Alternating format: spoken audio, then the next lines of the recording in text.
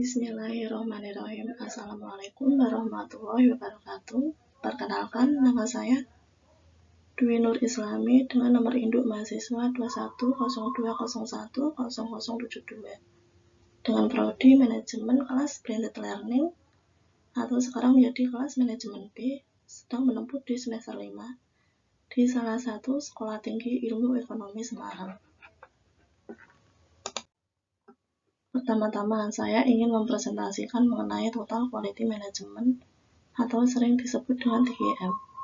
Dengan mata kuliah Manajemen Mutu, dosen pengampu Ibu Rihan Habisni. Apa itu Total Quality Management? Total Quality Management itu sendiri merupakan suatu pendekatan dalam menjalankan usaha yang mencoba untuk memaksimumkan daya saing organisasi melalui perbaikan terus-menerus atas produk, jasa, tenaga kerja, proses, dan lingkungannya. Ada 6 unsur utama dalam Total Quality Management. Yang pertama, ada fokus pada pelanggan.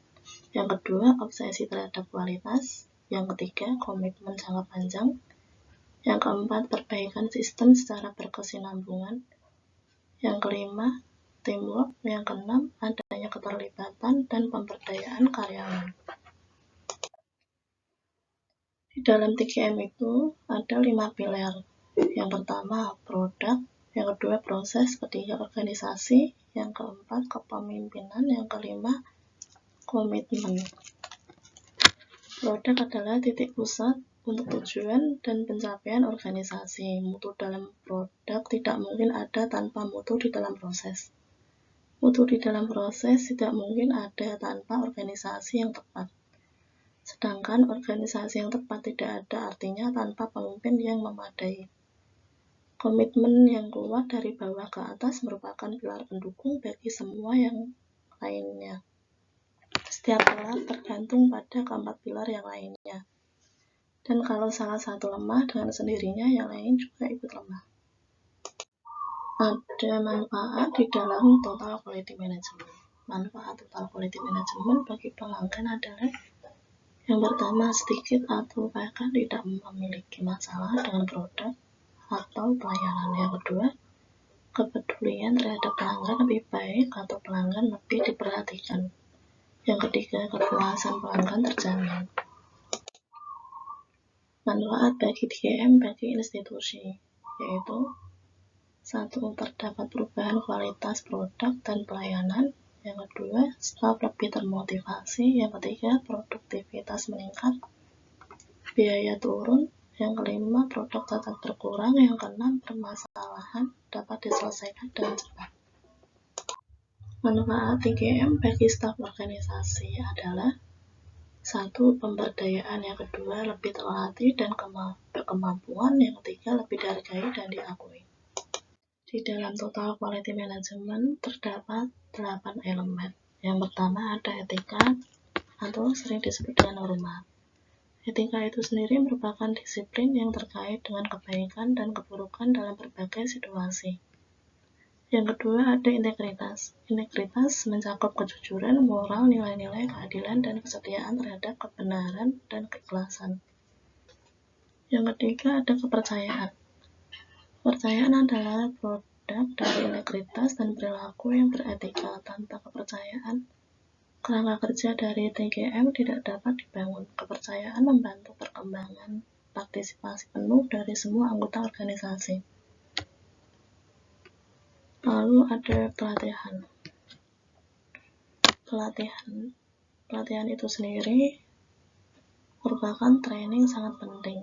Artinya bagi karyawan organisasi agar bisa menjadi lebih produktif. Di samping itu, para supervisor masih bertanggung jawab dalam menerapkan TQM di departemennya, termasuk mengajarkan filsafat dasar dari TQM kepada semua bawahannya. Lalu kelima ada kerjasama tim.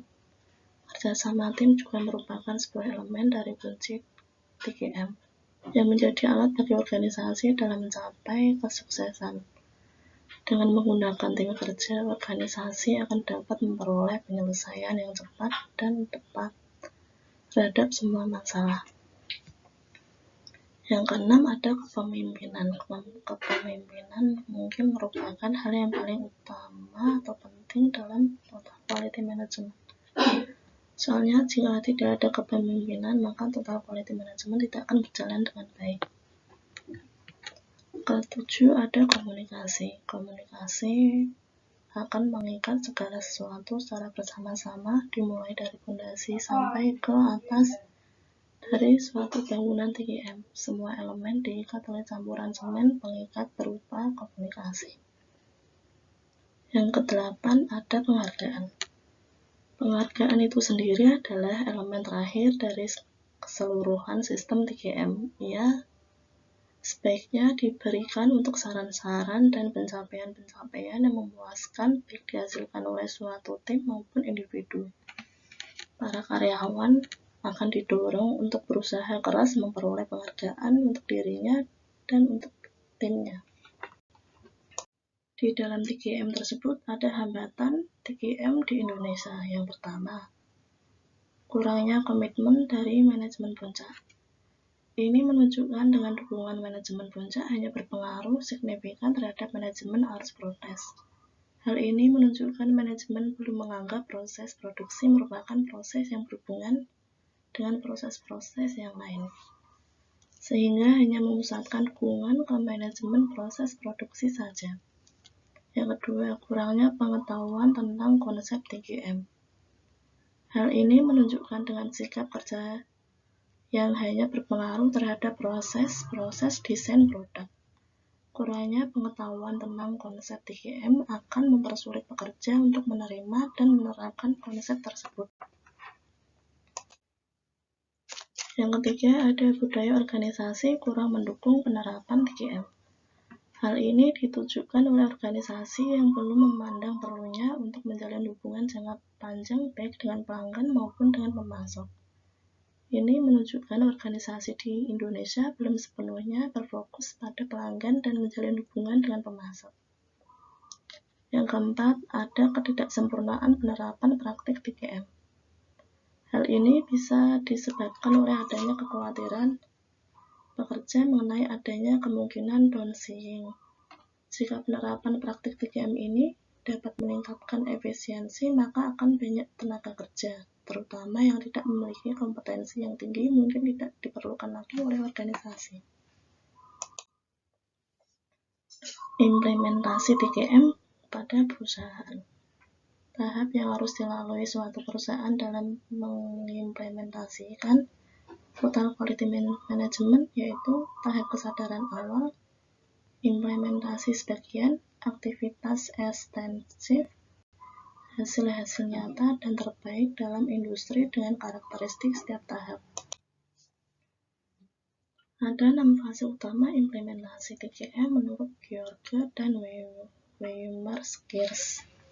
Yang pertama, ada komitmen manajemen puncak terhadap perubahan. Yang kedua, penilaian sistem perusahaan secara internal dan eksternal. Yang ketiga, kelembagaan fokus terhadap pelanggan. Yang keempat, pelembagaan TKM dalam perencanaan strategi, keterlibatan karyawan, manajemen proses, dan sistem pengukuran. Yang kelima, penyesuaian dan perluasan tujuan manajemen guna memenuhi dan melampaui harapan pelanggan. Yang keenam, perbaikan dan penyempurnaan sistem. Di dalam TKM itu sendiri ada fase persiapan. Yang pertama, membentuk total quality steering committee, lalu menuju ke arah membentuk tim, lalu menuju lagi ke arah pelatihan TKM, lalu menuju ke arah menyusun persyaratan visi dan prinsip sebagai pedoman, dan lalu menuju ke menyusun tujuan umum, lalu menuju lagi ke komunikasi dan publikasi, menuju ke angka 7 yaitu identifikasi kekuatan dan kelemahan, lalu lagi menuju ke arah identifikasi pendukung dan penolak, lalu menuju lagi ke arah memperkirakan sikap karyawan, dan terakhir mengukur kepuasan pelanggan. Di dalam total quality management terdapat fase perencanaan atau sering disebut dengan planning. Yaitu langkah pertama, merencanakan pendekatan implementasi, kemudian menggunakan siklus PDCA atau sering disebut dengan Plan, Do, Check, and Adjust. Yang kedua, identifikasi proyek. Jadi, identifikasi proyek tersebut, sebagai perusahaan itu harus mengetahui proyek terlebih dahulu dan terjun langsung ke lapangan. Dan langkah ketiga yaitu komposisi tim.